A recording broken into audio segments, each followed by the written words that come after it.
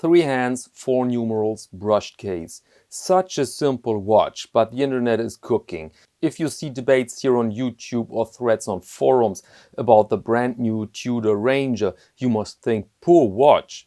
People find it disappointing, boring, without ambitions, calculated, too big, too small, the entire lineup of accusations. On the other side are marketeers like Hodinkee, who says of course it's a great watch because of all the Tudors in the Hodinkee shop.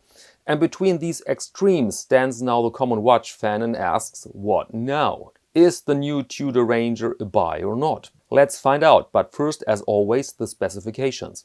We have an automatic watch with a case diameter of 39 mm, length is 47, height 12 and lug width is 20 mm. The watch has a sapphire crystal, a screw-down crown and therefore a water resistance up to 100 meters. Inside works the in-house caliber MT5402, COSC certified with a power reserve of 70 hours. The watch either comes on a steel bracelet or on a hybrid rubber leather strap or on a NATO. The price for the all-steel version is 2,840 euros or 3,050 US dollars. Okay, let's begin with the dial.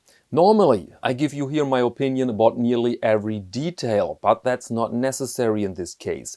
We just see the dial of the classic expedition watch coined by Rolex and Tudor. So, matte black, legibility is king, no date, big hand, lot of lume. There are variations as you can see here, but they all stick to the key elements. And now it is in fact easy to think, wow, that's boring. But my experience with field watches told me that they grow on you just by their functionality. It really is like a tool. I mean, when you buy a very expensive pair of pliers, you don't think, oh, that looks interesting. You've bought them for a purpose, and maybe after some weeks' work, you will see them differently, and then maybe you think, that tool really helped me through some intense days. Very good that it's there. Same thing with this type of watch. Dull and boring at first when you're honest to yourself, but then you may learn to value it. And for that you don't need this expedition, North Pole marketing BS that piles up in this case to the size of an iceberg. But you may ask now, well, when it really is a tool, do I have to spend 3K then? Of course not.